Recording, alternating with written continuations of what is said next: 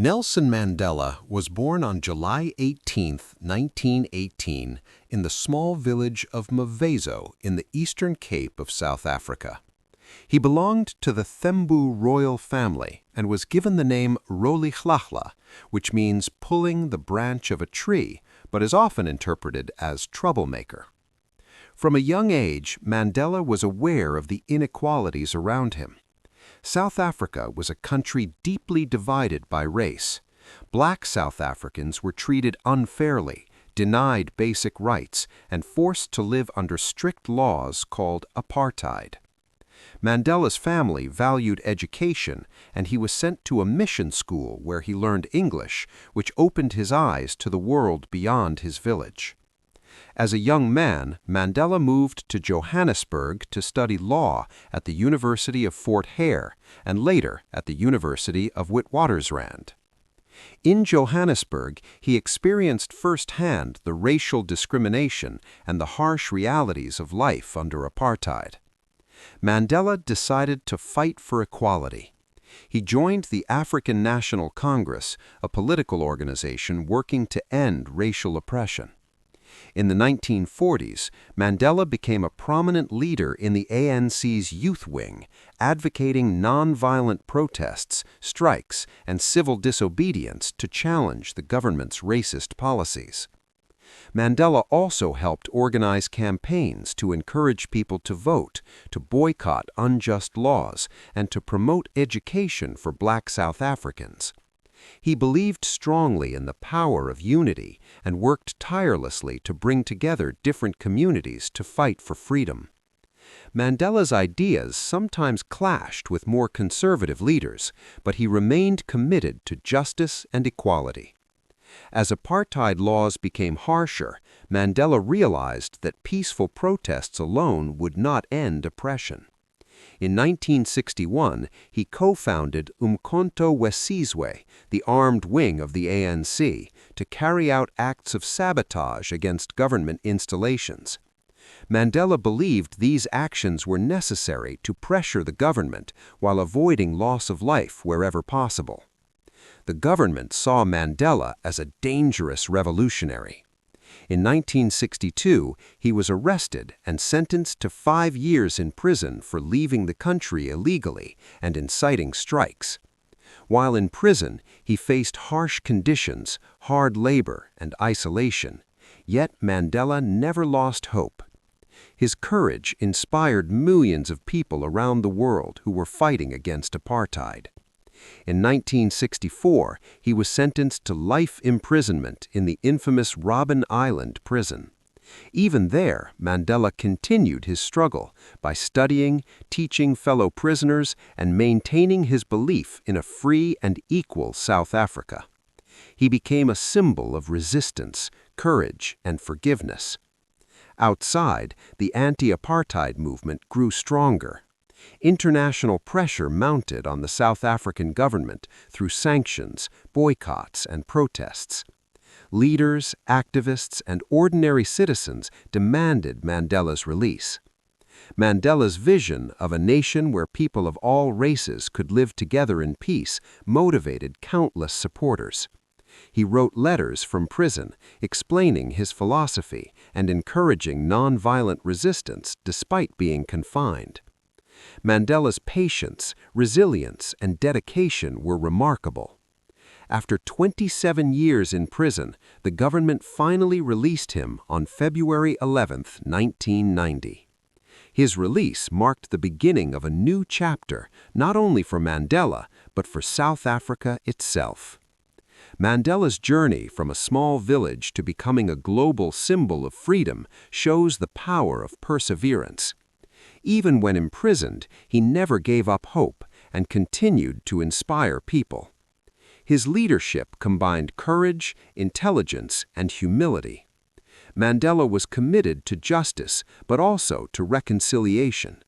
He knew that freedom would only be meaningful if all South Africans, regardless of race, could live together in harmony.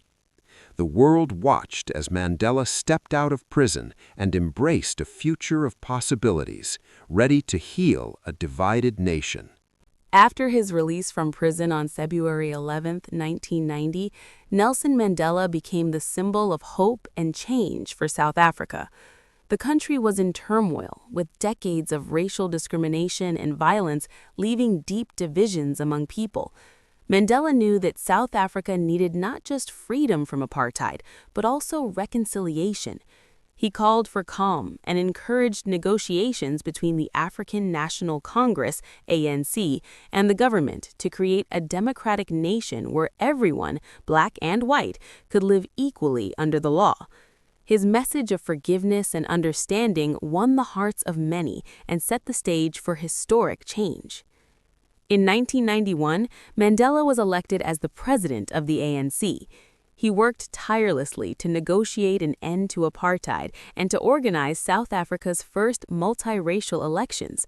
Mandela understood that violence would only bring more suffering, so he emphasized peaceful dialogue. He met with leaders from all backgrounds, including former President F.W. de Klerk, to find common ground. In 1993, Mandela and de Klerk were jointly awarded the Nobel Peace Prize for their efforts to dismantle apartheid and build a foundation for democracy. Mandela used the recognition not for personal glory, but to strengthen the movement toward national unity. On April 27, 1994, South Africa held its first democratic elections, allowing every citizen to vote regardless of race. Millions of South Africans lined up to cast their votes, and Mandela's ANC won a decisive victory. On May 10, 1994, Mandela was sworn in as the first black president of South Africa. His presidency marked the official end of decades of racial segregation and oppression. Mandela's leadership style was remarkable. He combined firmness with compassion, always aiming to unite rather than divide. One of Mandela's first major initiatives as president was the creation of the Truth and Reconciliation Commission. This commission allowed victims of apartheid-era violence to tell their stories and seek justice, while also giving perpetrators a chance to confess and seek forgiveness. Mandela believed that South Africa could only move forward if people faced the truth and forgave each other.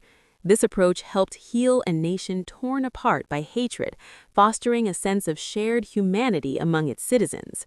Mandela also focused on rebuilding the economy, improving education, and creating opportunities for the black majority who had been denied access for so long.